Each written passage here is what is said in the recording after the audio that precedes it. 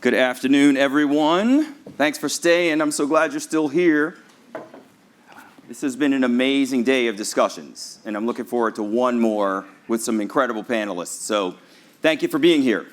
Once again, I'm Damon Davis. I host Discovery Diaries with Damon Davis, and I'll be your moderator today. This panel is really focused on trying to give some implementation ideas to policymakers. We want to ensure there's an effective balance in AI implementation. We want to make sure that it is sort of safely promoted, that privacy considerations are taken into account, and that there's also a diversity of data that is going to be representative of basically what this room and what America looks like. So we've got some special panelists here today that I'm going to introduce. First of all, to my immediate right, Deven McGraw, Chief Regulatory and Privacy Officer at Ciitizen Health. Next, Dr. Geeta Nayyar, Chief Medical Officer, Technologist, and Wall Street Journal best-selling author of Dead Wrong. I hope you got that book when you walked in here today. And then finally, Jeff Smith, Deputy Director of Certification and Testing at the Certification and Testing Division at the Office of the National Coordinator for Health Information Technology, or ONC, at the U.S. Department of Health and Human Services. So, with that established, I'd love for us to dive in. One of the big challenges that we have is obviously the potential for upside and downside to AI. And Deven, I'm going to start with you. In terms of ensuring that AI solutions are implemented in systems, how do we make sure that they have access to high quality data, but also a diversity of data? Yeah, I mean, we've talked a lot today about how AI is not going to serve us very well if the data that feeds into AI algorithms is not diverse and not representative of the US population, which is very diverse. But of course, part of the problem is that our health, today our healthcare data is largely siloed. And even if we're talking about where we typically get data from places where patients get service, oftentimes even those data sets themselves are only representative of the population that tend to use that facility. And if you think about all the interoperability initiatives that we have funded as a country and that Jeff is helping put into place that are designed to get data flowing more so that wherever patients travel, all their data is there. Nevertheless, if that non-representativeness of data does not get easily solved, especially if the patients that we really need to make sure are in the data sets aren't even getting care to begin with, so no data is being generated about them. So it's a big challenge. I want to give an example of the federal All of Us research program, which deliberately went to oversample underserved populations. And what we're finding is that some of the publications that have resulted from that are really showing us what can happen when you are very intentional about building a data set that is in fact representative. And I'm gonna read off some numbers because I don't memorize them. It's not high-level math, I promise. But part of the data that's being collected, all from volunteers who are consented, is genetic data. So there's genetic data. People give consent for their electronic medical records to be part of this.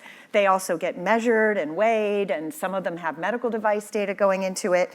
So typically, genomic data research data sets are 90% of European descent populations.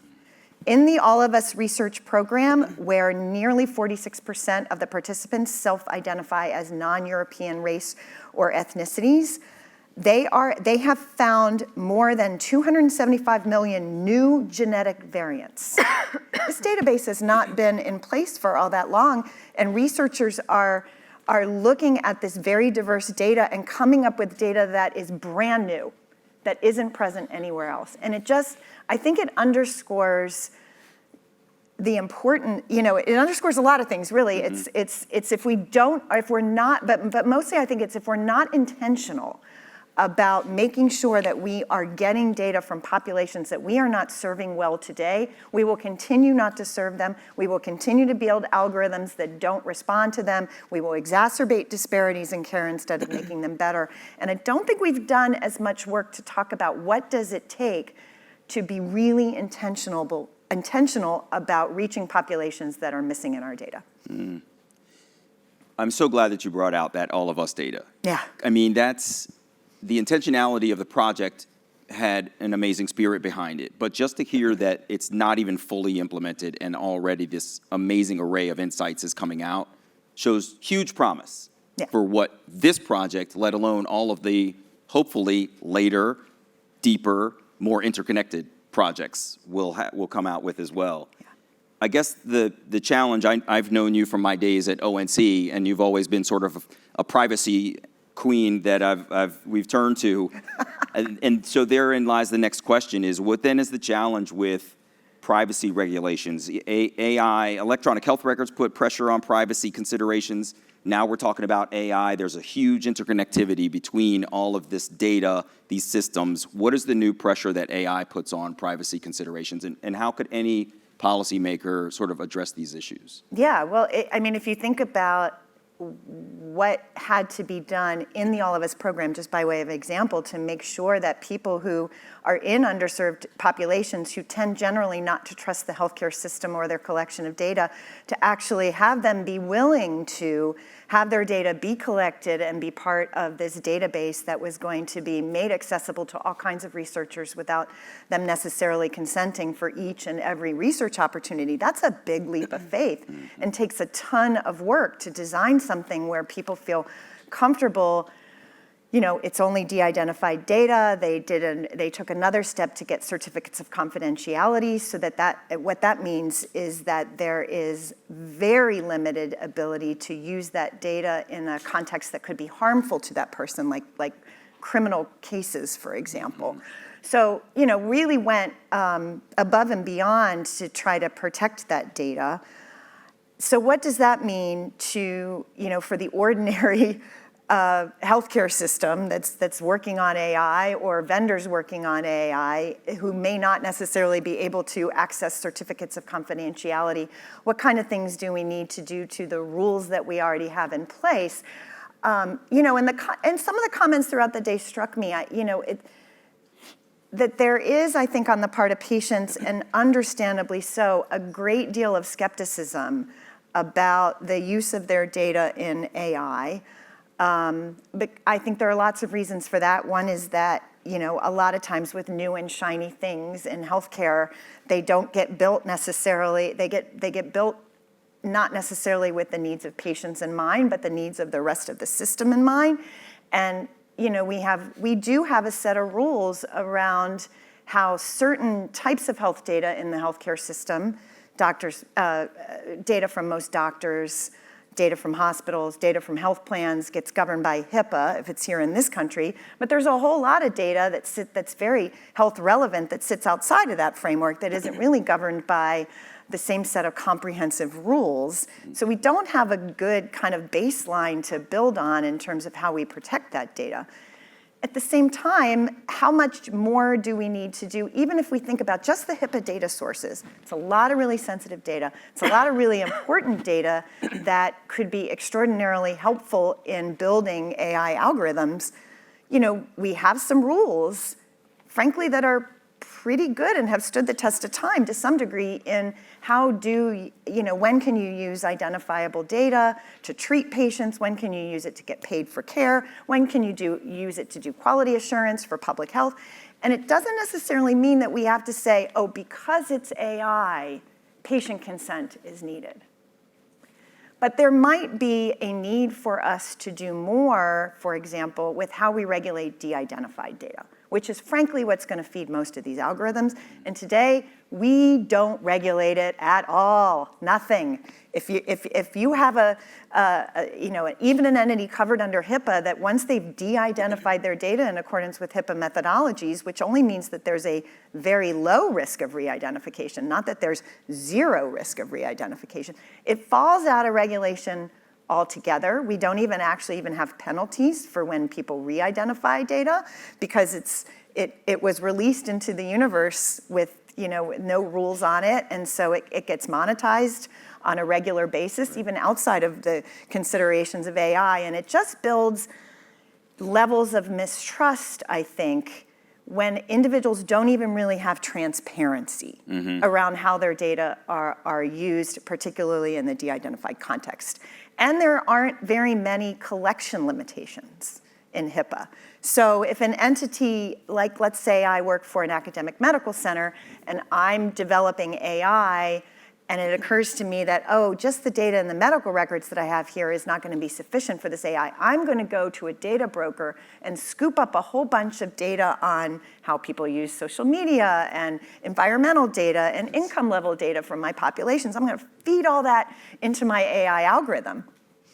There's no limit under HIPAA to collecting that data. Some of that data, frankly, won't be considered to be PHI because it's building an algorithm and it's not necessarily being used to treat people as of yet. Right. So there's a lot of questions, and of course, again, it can be monetized in ways that isn't always transparent to folks. So I think we've always had these issues with the shortcomings of our privacy rule situation.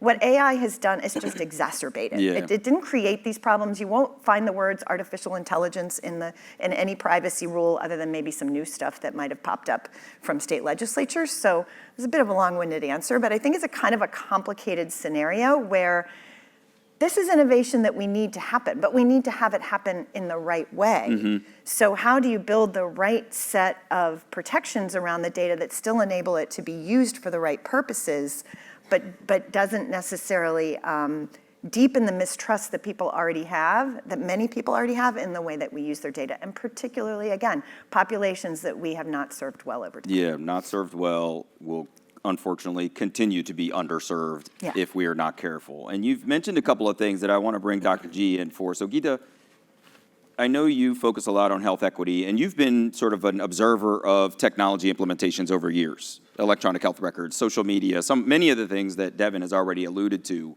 I'd love to hear from you more about sort of our lessons learned from past technology implementations and how we can use them to be considerate of our current healthcare implementation of AI. What are the lessons learned from the past that we need to bring forward and drop right now into our current situation?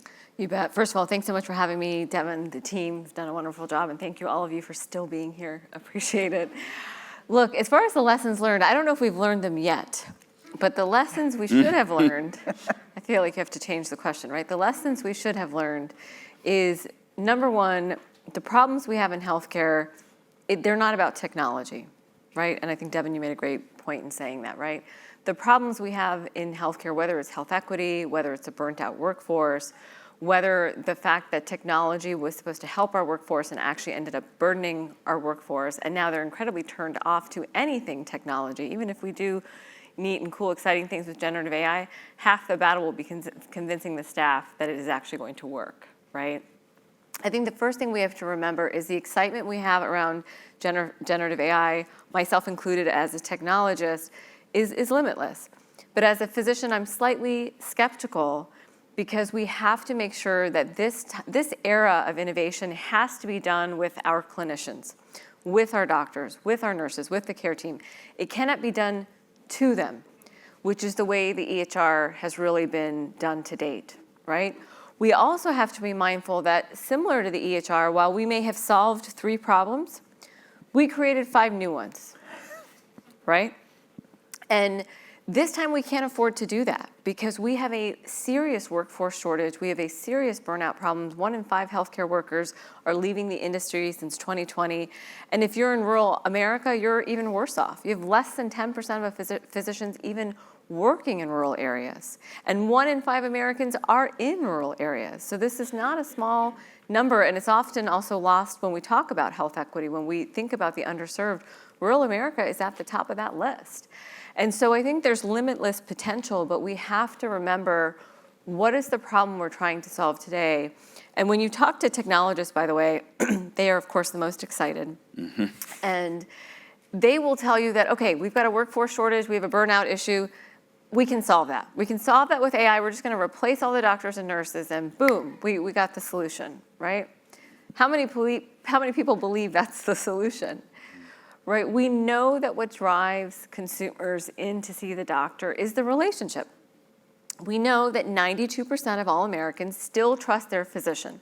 They may not trust the system, they may not trust the insurance company, they may not trust the pharma company, but they trust their doctor, right? That is what makes them make the appointment fundamentally. So if we are going to try to get in between that relationship, it is the wrong problem to solve. Now, if we could instead focus on that relationship, focus on that trusted relationship, focus on the humanity that is ever present in healthcare, and instead deburden the care team. Take prior auth off of their table. Take documentation off the table. Focus on drug development, diagnostics, therapeutics, so that doctors, nurses have more time with their patients, more time to look them in the eye, and less of the friction, which is largely in the back end, right? Largely in the back end. No, it's not sexy. It's not R2D2 seeing patients. But it could save us billions of dollars, and a happy doctor is a happy patient. You cannot have a burnt out workforce and expect to have a good consumer experience. We often talk about patient experience and consumer experience. We rarely talk about the physician experience and the care team experience. We cannot do that this era of technology. This is our opportunity to get it right. This is our opportunity to take the time, reflect, ensure that we have the clinical leadership from the beginning, and that we're truly pointing it at the low-hanging fruit, not the R2D2 in the white coat. Not the vision. Yeah, I love what you said there too about the fact that healthcare is inherently a human-focused entity, right? We're not healing cars. These are people. This is real relationships, and we have to connect with each other. And I love that you've sort of highlighted the fact that there's so much that can be done with the technology towards the back end that can be instrumental in making the front end, the human interaction, really, really meaningful. One of the things that I know you focused on over the course of your career is health equity. And it's been laced throughout multiple conversations here, but just chat a little bit about the challenge of AI. We all have a vision for it to eliminate health disparities, but there's the potential for it to exacerbate them as well. Share a little bit of your thoughts on how AI may potentially be used to eliminate them and what the danger of exacerbation of disparities is. Well, look, I'm gonna answer that in a little bit of a roundabout way. When we look at the gap in healthcare today and we look at where consumers are getting their health information, it is not from their doctor for the most part. It is not from any trusted resource for the most part. Most Americans do not have a doctor, and they are instead turning to TikTok, right? It's simply a reality. 59 million Americans turn to social media for information about their health. And this market, right, healthcare being on your proverbial wrist, your proverbial finger, the wearable market has exploded. It went from a $32 billion market in 2019 to a $54 billion market in 2023, which indicates the consumer is willing to spend money out of pocket, wants to measure everything from their sleep to their mood to their steps. Even if they don't know what it means, it makes them feel empowered. It makes them feel in control of their health in a post-pandemic world where we have been reminded health is wealth. So healthcare, we've left this huge gap open where people want health information, but we're not meeting the moment, right? Doctors are too busy putting out fires, health systems are too busy putting out fires, they're not looking to see who's causing them. And here's what happens. You follow an influencer on TikTok and they tell you, look, if you're worried about breast cancer, you're worried about getting old, just buy this gene kit for $10.99 and we'll tell you if you gotta worry about that. And if you do, we're gonna sell you this supplement for $12.99, right? So what happens? You don't get the mammogram. You don't get the colonoscopy. You don't even go to a doctor, because why would you? This person knows, you get to see everything about this person. So when we think about equity and we think about mis and disinformation, the reality is that mis and disinformation is not new, been around since the Black Plague, right? There was always a neighbor, there was always somebody who had some ginger, turmeric from the South Asian community, that solves everything, right? But the difference is it's getting worse. So mis and disinformation now is traveling 6 times faster than the facts because of the technology, because of social media, because of WhatsApp. So if we throw AI into the mix, which we are, it is only going to get worse, and the healthcare system will only get more burdened, because by the time those consumers do come to us, it's too late. They have the cancer, and it's metastatic, right? And it gets more expensive. But it really goes to the trust issue, because the reason communities, particularly Black and brown communities, look to other sources is there's a lack of trust in the profession of medicine, in the healthcare system. And so it's really incumbent on us to win that trust back, but to think differently. And the prime point that I'm trying to make is that the bad habits we have today, and Deven, you covered this really beautifully, the bad habits we have today around data silos, interoperability, gender bias, racial bias, cultural bias, all of those things still exist. AI will only compound our bad habits. We still have to do the hard work of fixing our habits. Mis and disinformation is simply one example of that. Mm-hmm. And we have to remember that generative AI is only as good as the data we give it. I can't tell you what the EHR has done. And I see John White was in the back there. Any doctor who reads a note today, it is now, for those who were around during the Encyclopedia of Britannica days, it is now a chapter in the Encyclopedia of Britannica, when our notes used to be about 2 sentences if you were a surgeon and maybe 4 if you were an internist. The note doesn't make any sense. It doesn't make sense to a doctor, a human doctor. So to put generative AI on bad data, it's very risky. It's very risky, and halfway when you read through a note, he turns into she half the time, right?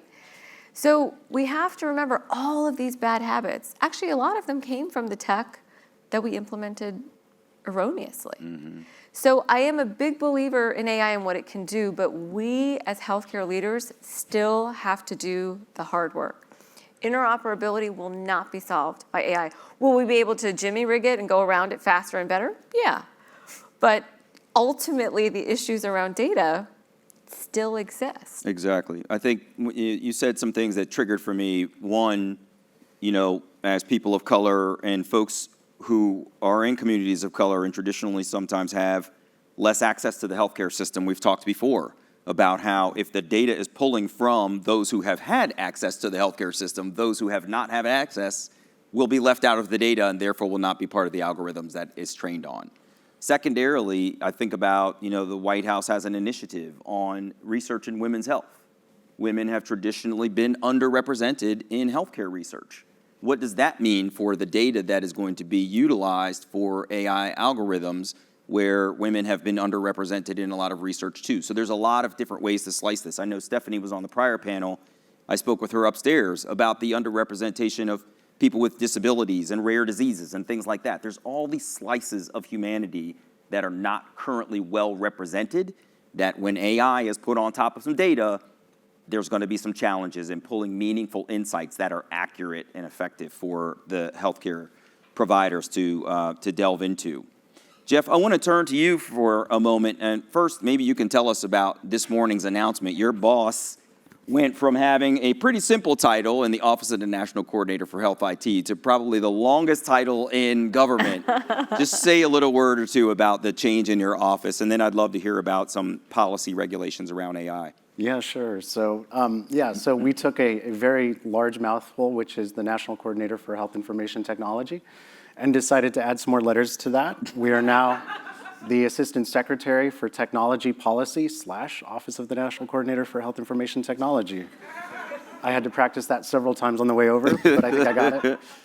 Essentially, 3 times fast, Jeff. Oh, no. And in government, they like to pronounce an acronym, so I can't wait to hear how you actually pronounce those 14 letters. ASTP/ONC. You know me. Well played. Yeah. So, I think just real quick, this is actually, I think, a really important development, not only for ONC, which has been the coordinator of HHS IT policy for over a decade now, but also, essentially what this does is it elevates the office within the department. And we're also going to be bringing in the Office of the Chief AI Officer, as well as the Office of the Chief Data Officer.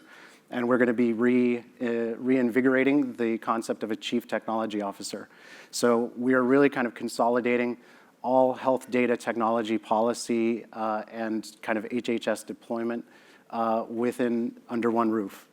And I think that's going to be really very positive just in terms of truly trying to be coordinated across the department. So anyway, that happened at 8:45 this morning in the public inspection desk, and I know we've got people out there that know what that means. Yeah. So talk a little bit about the current regulatory environment then. What was formerly ONC and HHS working on? What other channels where regulatory policy is overseeing and supporting AI's development? Sure. So, to try and bring some of what my fellow panelists have brought to bear to this, we hear that burnout is a problem. We hear that disparities are a problem. We know that privacy is a concern. We know that within the data, representativeness is a concern. We know that artificial intelligence has demonstrably created bias and racial disparities. And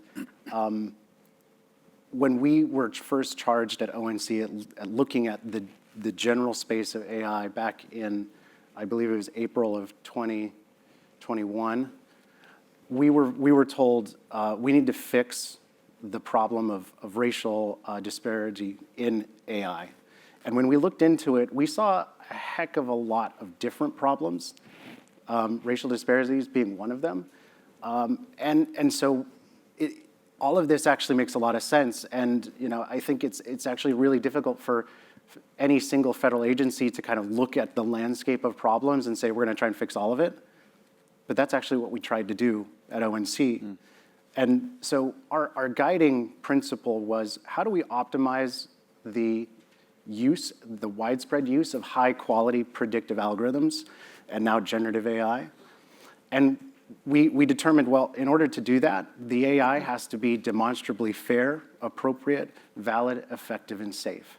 If we can figure out how to bring transparency into the performance of predictive models, then we can start to optimize the use of this technology so that clinicians trust it, so that patients know it exists, and so that it doesn't perpetuate bias that has been in the data, cooked in the data, either because data are missing or because data are incorrect. And so it was really with that vantage point that ONC in specific said, we are going to require a certain segment of the market to ensure that they provide transparency on the performance and the quality of the predictive models that they supply to their customers. Now, because ONC regulates electronic health records, our authorities only extend so far. Our authorities extend to the certified EHR companies that exist. By the way, they exist in 96% of hospitals, 80% of office-based clinicians. So we have a good footprint across those developers. There's, I would say, 20, 30, 40, maybe more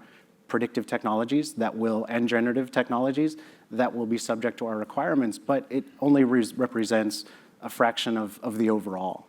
And so when you start to think about the big, broad picture of regulation in the United States as it relates to health AI, a lot of people talk about a patchwork. Those who want to be a little bit more friendly talk about a quilt. I'm going to talk about a regulatory mosaic, because we're very purposefully trying to build a nuanced and detailed picture of regulation in the United States when it comes to health AI. And what that means is we depend on the FDA to a certain degree to work within their authorities. They've authorized. There's a difference inside of the government. They've authorized more than 800, almost 900 AI, ML-driven medical devices, over 150 in the last year. And they're looking at safety and effectiveness, right? So they are the gatekeepers. ONC has come in. We will be regulating some of the same technology, but a lot of different technology than the FDA cares about, or different technology than the FDA is focusing on, I should say. And we're going to be regulating for transparency. So we're trying to enable users to make determinations whether or not the predictive algorithm or generative AI that they're using is fair, appropriate, valid, effective, and safe. And we've created this kind of model nutrition label concept. And then I know Jenny Ma from OCR was up here before lunch, and she was talking about focusing on not necessarily the development, but the use of AI. And so I think what you're starting to see is a coordination and an effort that's been very deliberate. I can say it's been very deliberate because I've been on, and my colleagues have been on phone calls with the OCR and with FDA numerous times, trying to figure out how do we work within the bounds of our existing authority to really start to make an impact. And again, I think just to put one more fine cap, just given the flavor of the conversation so far, another piece of our requirements would ensure that users of electronic health records have information on whether or not certain data elements salient to health equity, like race, ethnicity, gender, sexual orientation, social determinants of health, health status. If these data elements are used as part of inputs to predictive, generative, or even just rules-based decision support, users are gonna know that. And guess what? When we were talking about EGFR and when we're talking about all of those risk calculators, starting actually even last week, MedCalc came out with a new policy that said they're going to flag every time that race is used in one of their numerous calculators. And again, you know, For evaluative purposes? it's just so the users know, Uh-huh. so that they know that this very simple rules-based calculator uses race and you know, flags that. And you know, again, I think the individual from AHRQ, you know, they did a lot of work to try and figure out, is the use of race appropriate or inappropriate? And what they came up with is it depends. It can be bias promoting, it could be bias reducing, it could be bias neutral. And so I think the first piece of it, and this is where we focused all our energies, was on transparency. We have to be able to understand if it's there, and then if it is there, we can make a determination as to whether or not it should be there or how it should be applied. So it's a fairly, you know, it's a very nuanced space, but the government is trying. Yeah, it's tough. And so I hope you guys are getting ready for your questions. We're almost ready for you, so get your hands ready to go up. One of the things, though, that triggered for me when you were talking, Jeff, is in the use of race, we tend to talk about them in monolithic terms, right? There's only a couple of boxes that you can check. But for example, my wife is born of a white Canadian woman and a black Canadian guy, right? So how does she check a box? And therefore, how is race utilized in her medical record, right? These are the challenges that we live with, let alone you can't just say Asian. Is that East Asian? Is that South Pacific? Like, how does it work? So very, very challenging in terms of race. Final question for you. There've got to be some sort of places of urgency where AI really needs immediate attention. What are some of the hot spots that you see are absolute necessities for us to focus on right in the immediate term? Yeah, so probably somewhat unsurprising to you, Deven, the place that we need a lot of attention is in that health tech space that exists beyond HIPAA, exists beyond OCR, exists beyond FDA, exists beyond ONC. You know, I think the other day we were trying to sit down and you know, literally look at, okay, of the 882 medical devices that have been cleared or authorized by the FDA, how many of those are electronic health record developers? Super small fraction, very, very small. Okay, so we're covering different ground. We really are. What about all of the technology that exists within a hospital or healthcare system, or just outside of it, and they're consumer facing, that are not regulated? And even within a healthcare system, I mean, there's a lot of technology companies, I think a lot of really good ones, probably a lot of bad ones, that are not going to be certified by ONC. And they may be doing something pre-processing, they may be doing something that, you know, technically exists outside of the healthcare system, but then gets brought into the healthcare system through one way or another, and the FDA may not know about it, or it gets self-developed, and that's still a space. You know, the hospitals, I think, many of the major hospitals are really stepping up to the plate and starting to get much more serious in terms of their internal development and their internal validation and testing of stuff that they themselves self-develop. But the vast majority of users out there who get their technology from developers, from third parties, they're buying it, they're putting it in, and that's it. They're not validating it, they don't have comprehensive monitoring over it. So, you know, I do think that the space where current ONC, FDA, OCR authorities, and there's others out there. CMS could be playing a role. Maybe they will in the future. But that's that space that exists beyond the immediate kind of healthcare delivery is really important. Someone earlier brought up social determinants of health, and how is it that we can be considerate of AI's implementation in SDOH? And if an accountable system of healthcare is trying to consider the whole person outside of the clinical visit, how does that play in, right? There's so many examples that I could think of. Deven, Dr. G, Jeff, thank you so much, very much, for a wonderful panel. All right.